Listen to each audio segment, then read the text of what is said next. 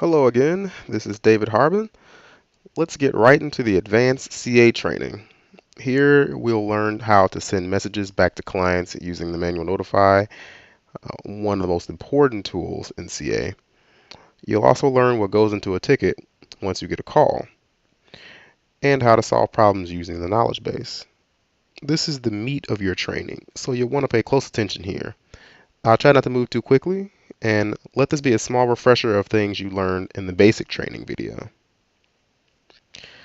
So let everybody get logged in and we will begin.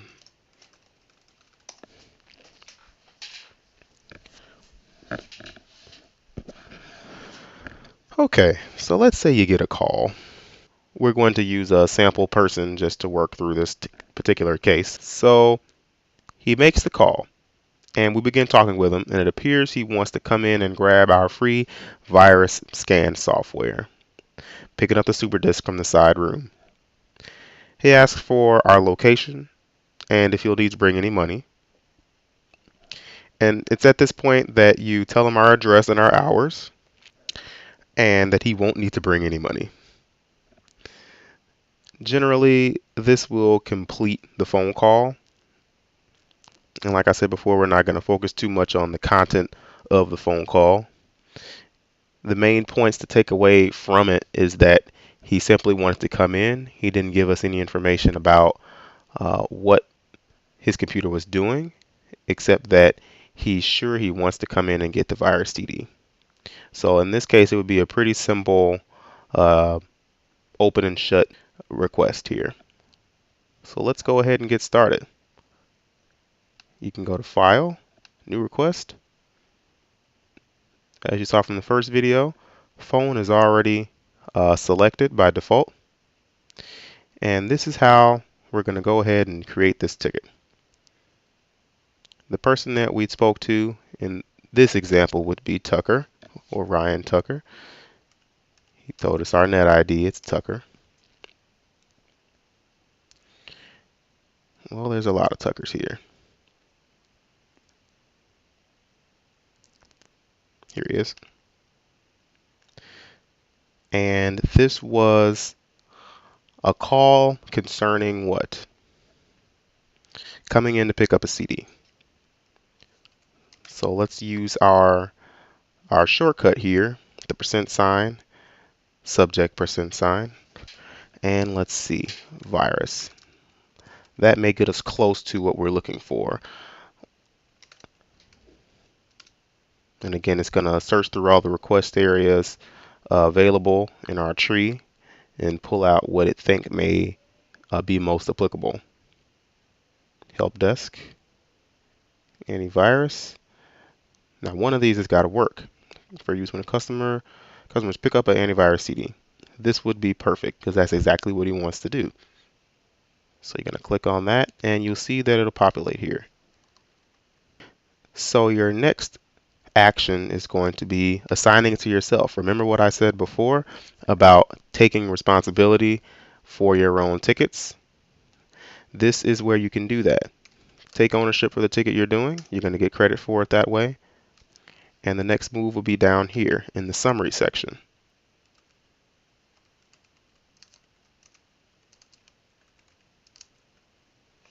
Okay, that's pretty simple. Antivirus CD pickup, short, sweet, to the point, tells us exactly what's needed and what the call was about. And now your description is going to basically give all the information that you got from the customer, so that there'll be no disputes in the future what you actually talked about and how you consulted with him. We typically start these with the client called about such and such and such. That's the general rule of thumb. It makes things a little bit easier in terms of reading through multiple cases.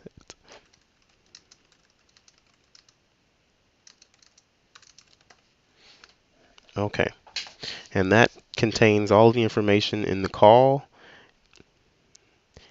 You want to make sure that you include the knowledge base document and attach it to your case, because every so often we'll have case reviews in which we'll run through things that you've put through in your descriptions and all the cases you've done over a certain period of time. Now, one of the main factors that we measure your success is by how many cases you've linked with knowledge base documents. And this is basically just to keep track and show that we're giving the right solutions to our customers and that you're not just winging the consultation.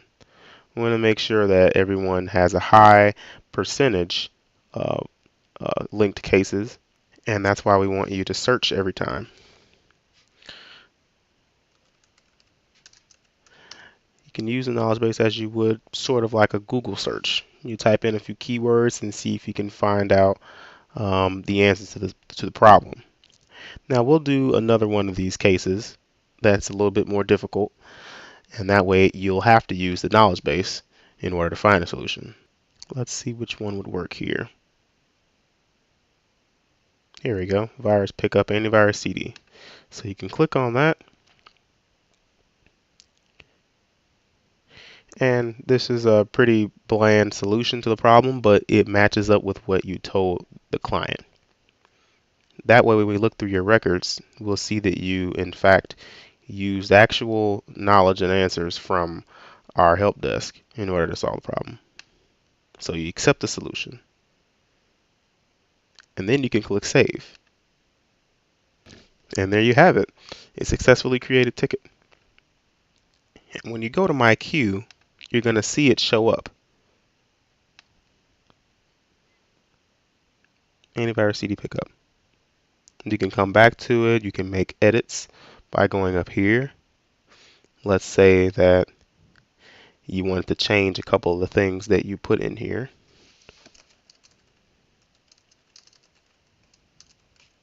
That's very unnecessary, but it is an edit and a change that you can make. So you can save that. More importantly, you can go and adjust the status of it. After a day or so, you know the client has come in to pick up the CD, you can close the ticket. And for this example, yes, we're going to close it now. So when you click save, and when you go to update counts, it'll be gone because you closed it and you don't no longer have it in your open status. Now let's take a ticket out of the queue. This is where you're going to utilize the manual notify the most. So let's take one really quickly. And here's one right here. Ignore where it says test don't touch. That's the one that I sent in for us to use today. All right, so right now it'll give you a pretty brief overview of what to expect in this ticket. Issue with my email. And it starts a little bit with what's in the description. So let's go ahead and click to open that. All right, so right off the bat, you see you have an affected end user of system anonymous. Now, when you get one of those, that means that the ticket is being sent from an address that we don't have in our database. Let's say it was sent from somebody with an Illinois address. We may actually have them on record already. So then it'll show up. But for now, it seems like it's just being sent by someone's personal email account, or they're just not in our system yet. Okay. So it doesn't have an assignee or anything yet because the ticket hasn't been taken by anyone, but we're going to take it in a moment. But let's take a quick look to see if this is something we want to deal with. Issue with my email. Okay, so this is a pretty interesting case. The one thing we want to note is that the UIN is here, and that's great. That way we can identify who this person is and look deeper into their account. This is the gold standard. We want to be able to identify people, and the person who sent this in, bravo to them. He mentioned something with an exchange account. If you're still new to that, you can use that keyword in a knowledge-based search, saying that a couple of professors' emails come through, but not anyone else, like his TAs, which are usually students. And he wants to know if there's anything he can do other than changing forwarding in his Gmail account. Okay. All right, so let's take this person's net ID, or excuse me, their UIN, and try to work with it. Let's go to the iCard tool. We can get a look at this person. Search. Okay. So you see the person is either student here, and they have a net ID. I always like to go with a net ID when I'm searching for things. It's just a habit of mine. So the IWP tutorial showed you a little bit about what each tool does. And if we're looking for email information on someone's account, we're going to go to the electronic directory editor. Go ahead and log in.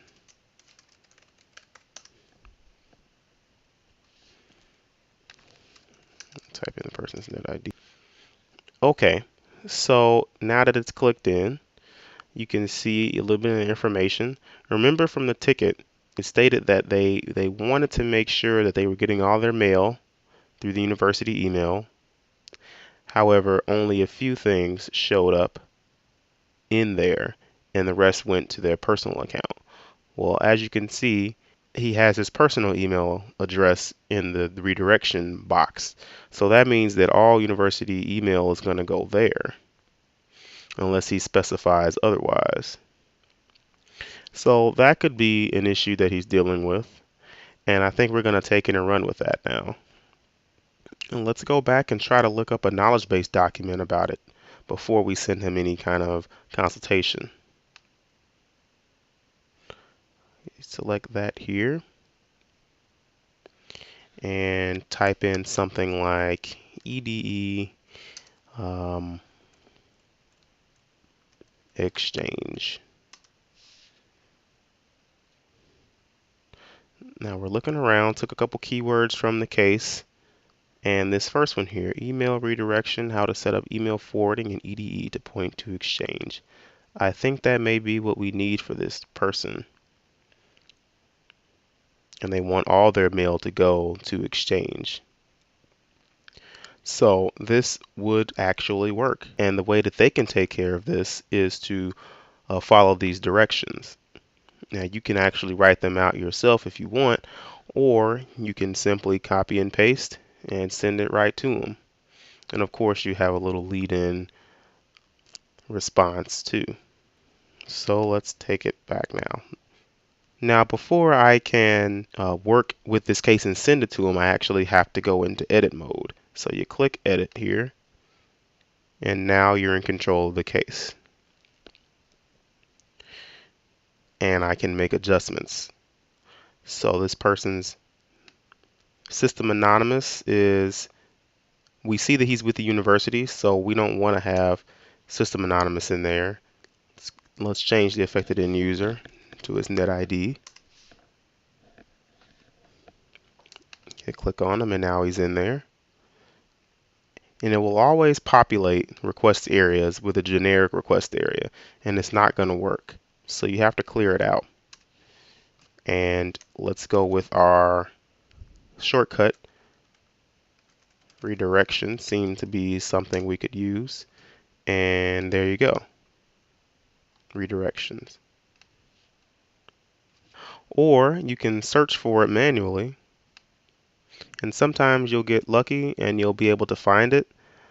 Other times you'll have to dig around for it, which is why we want you to use the % shortcut to try to narrow it down before you have to search through all of the things inside sites, help desk, and with any other portion of the tree.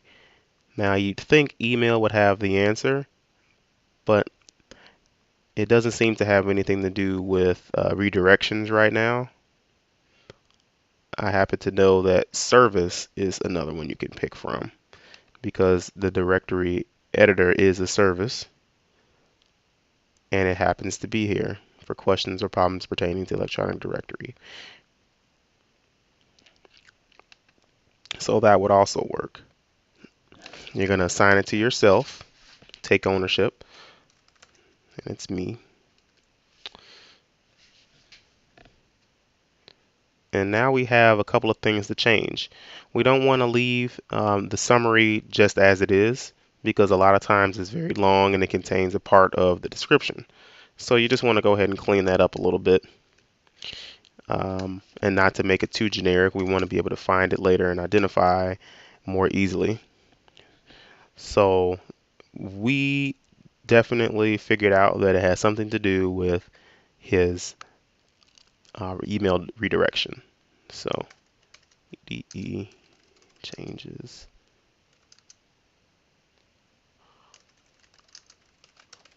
Short and sweet. Now this is where you want to just leave it the way it is because that contains the information the client sent in. In the previous video, I showed you how to make a log comment. This is where you would utilize it the most, especially on emailed in cases. So you're going to go to Activities, Log Comment, and you do just like you did with the antivirus CD pickup case. You're going to write a little bit of information about how you're going to help this client. So, okay, that seems good enough to me. So I'm going to accept it now, and it's saying that it's waiting for, it's basically waiting for you to save it. We don't have to do that just yet. Notice how the log comment did not go into the description field. It's keeping this area clutter free. This contains only information that the client sent in, which is great. Now remember that knowledge base document that we looked at. Now we can go ahead and, I believe we typed in EDE exchange, and it was the first one. You can click on that, make sure it's right. We actually still have all this information saved on the clipboard, so we're going to accept this as solution. Now what we can do is in fact save it so that you don't lose any information. It's just like with a Word document. You want to make sure that you have you save it every now and then if you've done a lot of work on it. So now we have to tell him how to fix the problem. So now we go up to Activities and then Notify, and it'll bring you to this new window here. And you see the selected recipient is going to be the client that we dealt with, and it gives you the option to make any adjustments to it, and we'll go over those in the next cases. You can leave the message title the way it is, usually. The preferred email method is email. So now what we can do is start out with a nice message as you would any other letter.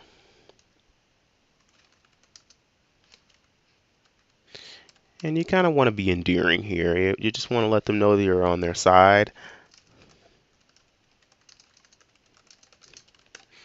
Okay, that sounds very nice. And you can copy and paste the message that you got from the knowledge base that lists all the directions. Sign it.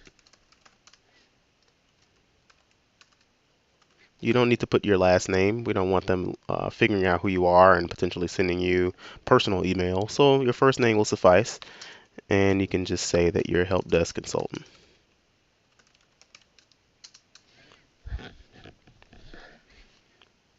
Okay, now you are ready to send it away.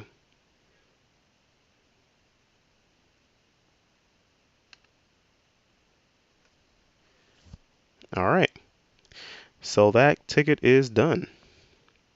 And you can check up on it by going to logs right here. And you can check on the activities of what you've been, what's been done to this case. So scroll down a little bit and you can see the manual notify you sent out. And a couple of field updates when you went and used the percent sign. And that you've linked the knowledge base document. So very good job here. Now let's take a look and see if we can find another case. We'll update the counts. Look, there's 4 now. And actually here's the case you just worked on. It'll usually say awaiting information because the other client has not responded to you yet, at which point it'll update to client updated. So be sure that you're checking your requests here occasionally for updates or any changes to tickets you've been working on. So waiting information basically means that you consulted with them and you're waiting for information. Quite simple.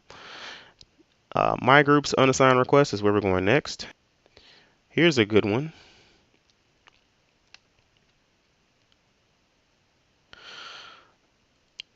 Uh-oh. System anonymous.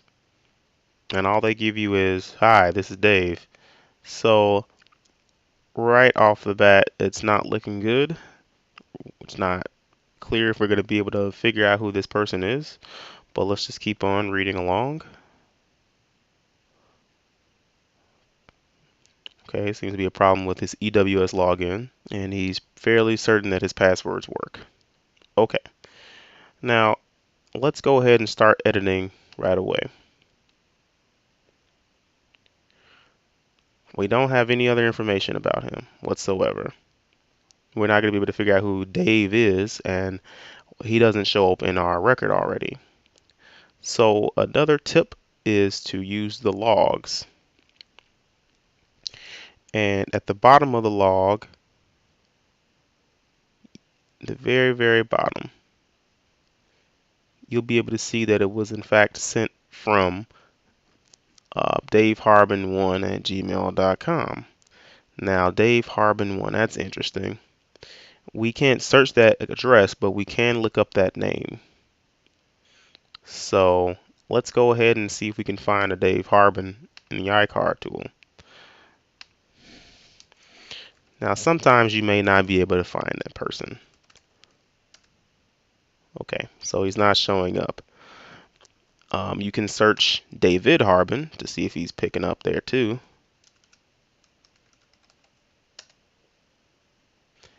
And, well, there's two of them here. Let's look at the first one. Person's 1968, English.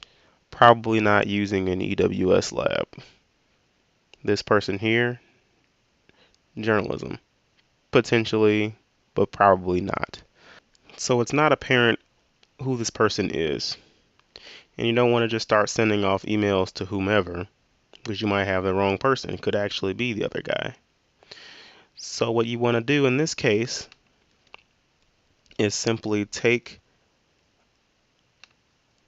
that daveharbin1@gmail.com, and the beauty of this new manual notify tool is that you can send messages without them actually being attached to anyone. So you can add a new contact by going with this method. You highlight it, and now it's going to send to that person. So here you can simply notify them as you would anyone else, but you're going to ask them for more information.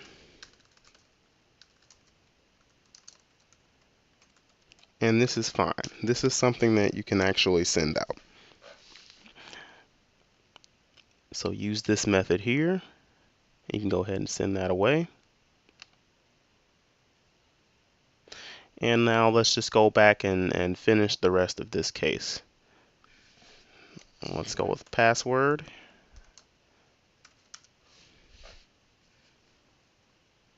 And sites and help desk. Password.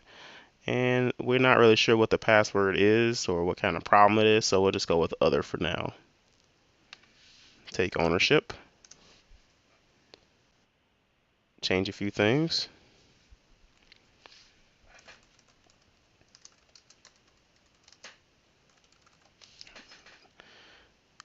And see what the knowledge base has to say about this. So EWS login, or EWS password even, that would work well. We want to email him and try to get more information back, but in the meantime we may be able to find an answer to the problem while we are awaiting his reply. So passwords and EWS password, that looks promising. And what it says here is that the EWS password formerly is now actually the AD password. So that's something that you can help this client with in terms of resetting an AD password or making sure that it works. Another key point to take away from this is that in electronic directory, in EDE, it has to have EWS under their name. but in their status. Since we don't know who the person is yet, we can't actually look them up. So now we wait for their reply. You can accept it as a solution though and save it. And when you go update your counts and view your requests, you'll see it in there still awaiting information. So let's give it a couple of minutes and see if that person responds. Alright, so it's been a few minutes. Now let's see if the client actually responded to the message we just sent out. And look at that. Client updated. Okay, let's look into it and see what he said. Scroll down to the description and he says, "Oh, sorry, my UIN is Harbin1." Well, that's great. We got the information we needed. And don't worry if people sometimes just don't know the correct terminology. So no need to make fun of those guys. Got the net ID. Great. So we could determine who it is. It is not this guy here. They don't even have a net ID. Great. Harbin1. Okay, so we can actually start consulting with him once again.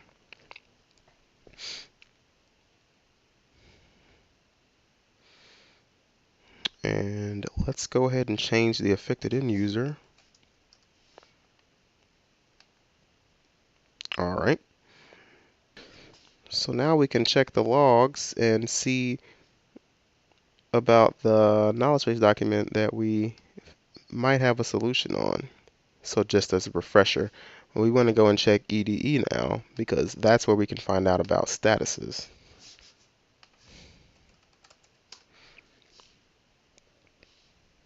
Okay, scroll down. They need to have EWS and they don't. So they're not actually eligible to even use the AWS labs. So perhaps this client simply saw the lab and thought, hey, here's a cool computer I can use. And they don't have access to it. So his password isn't the problem, but simply the fact that he's using a computer he's not eligible to log into. So now we can go and email him once again. And since we have him in the affected end user, we can go ahead and save and manual notify.